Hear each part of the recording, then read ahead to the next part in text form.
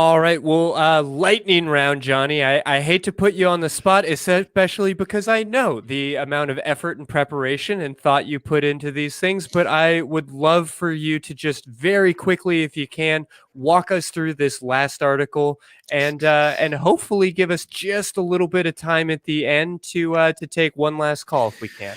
Yes, sir. I can do it. Okay, so what happened? We have an article here. I believe it was. I don't remember what the source was. We like to share our Yeah, this is sources.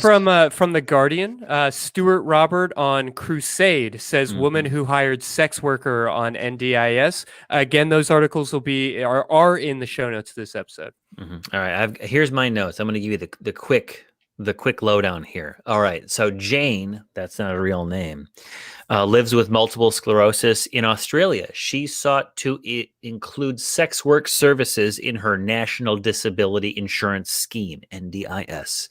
The NDIS rejected it, saying that it does not fund participation in sexual activity. She went ahead and appealed it to the Administrative Appeals Tribunal, and they ruled that a woman was entitled to services of a sexual therapist specifically trained in treating disabled people. The tribunal said that she should receive $10,000 a year to fund the treatment. Quote, she has sexual needs. She attributes her inability to locate a partner to her disability and explained why that is so. The tribunal did not publish why the special nature of the case resulted in that, but she could not find a partner that help her obtain sexual release, nor if she ever could find a partner, she would be able to sexually stimulate her partner because of matters referred to in the confidential reasons. We won't get into that because we don't know what it is. Her condition also prevents her from masturbation. And so there was an appeal to the federal court, and the court ruled that the previously stressed, the NDIS had stressed at that level that it did not cover sexual services, sexual therapy, or sex workers in a participant's NDIS plan. And the minister, Stuart Robert, who's taken the heat in this article that we're covering, confirmed that it would appeal to the federal court. The federal court ruled unanimously in favor of June. Okay, on I think a technical point. The agency's position was that it does not fund participation in sexual activity. The NDIS Act does not expressly or impliedly exclude such activities from being funded.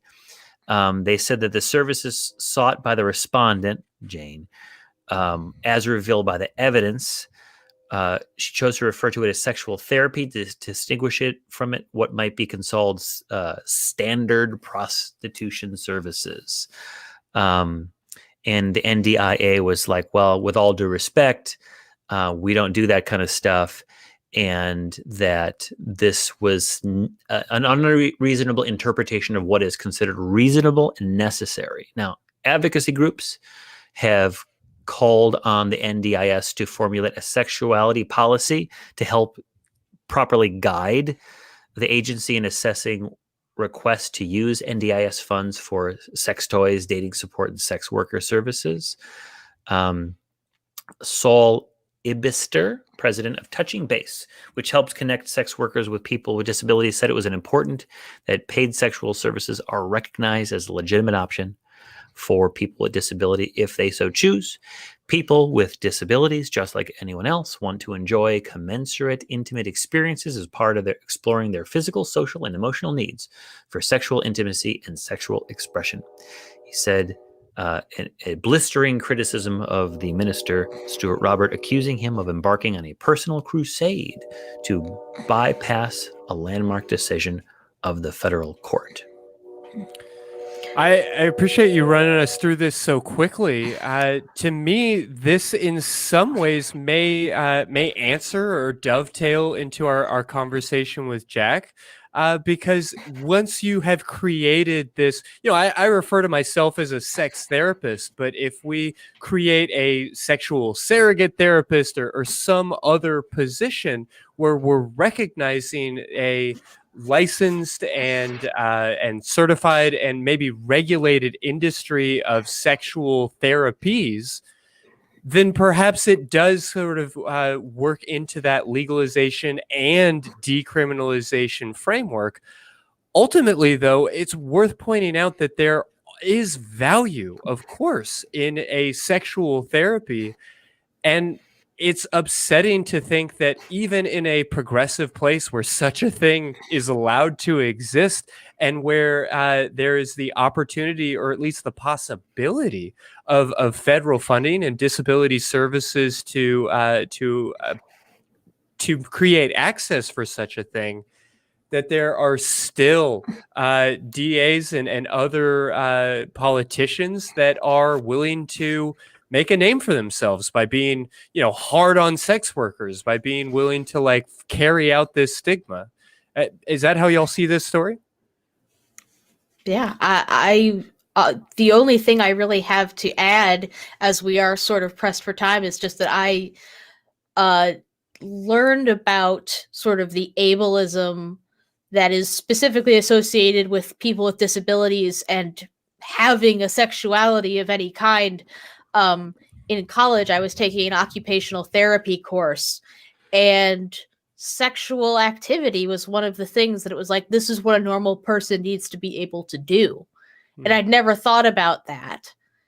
And sort of the realization of, everybody needs some kind of sexual outlet was just, it sort of changed my outlook on things, because I'd never really considered that before. But it's a necessity for most people to just have a normal sexual outlet. And if you are disabled to the point where pretty much the only way that you can have a normal sexual outlet as a functioning, consenting adult is to hire a sex worker, then why the hell not? I want to read the specifics of the case. I mean, maybe a lot of it aren't available. A lot of the facts aren't available. But to me, I think there wouldn't be as much of a pushback if it were not government funds, that is taxpayer funds. I think that's where it's really coming down to, because it rubbed me the wrong way. I bristled.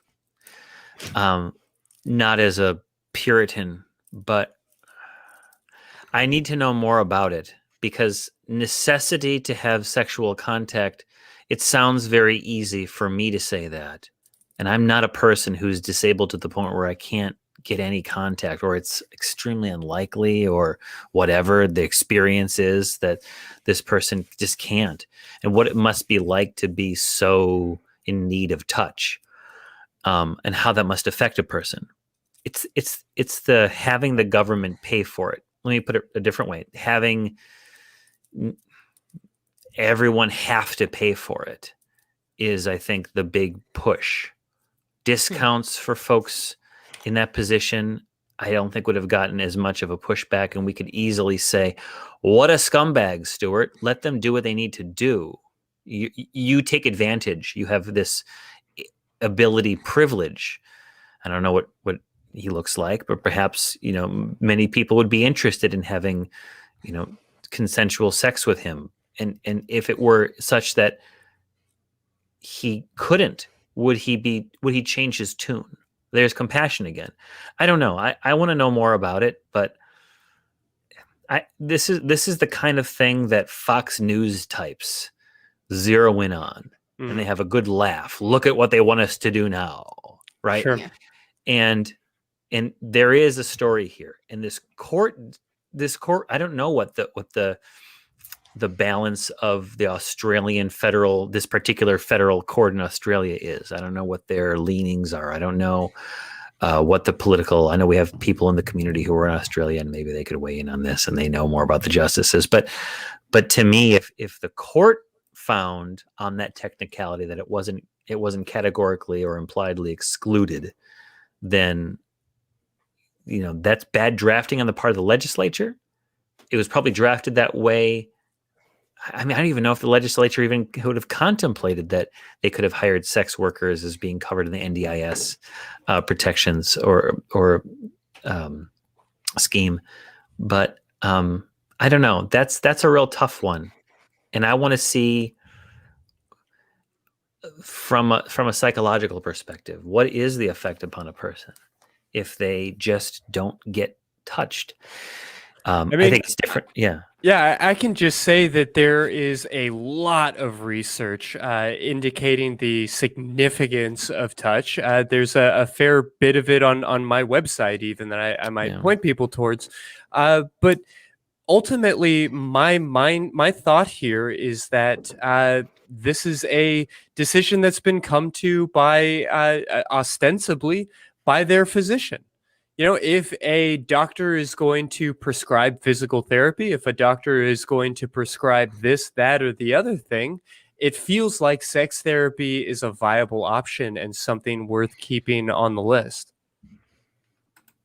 And the idea that it would be stigmatized specifically or exclusively because it's sexual in nature, and that somebody would win an injunction from a court, be offered these opportunities, and then that somebody would, kind of like you said, Johnny, be trying to make a name for themselves on the Fox News or like the version of that is deeply upsetting to me. Am I the only one that hasn't dropped at some point during this show? Don't drop shame me. Technology's complicated. Yeah, I mean, can we make comparisons here to a person with chronic pain who needs the use of drugs that are maybe illegal in their community? Is chronic pain the same as not having sexual contact? I mean, I don't know. It's not for me to say.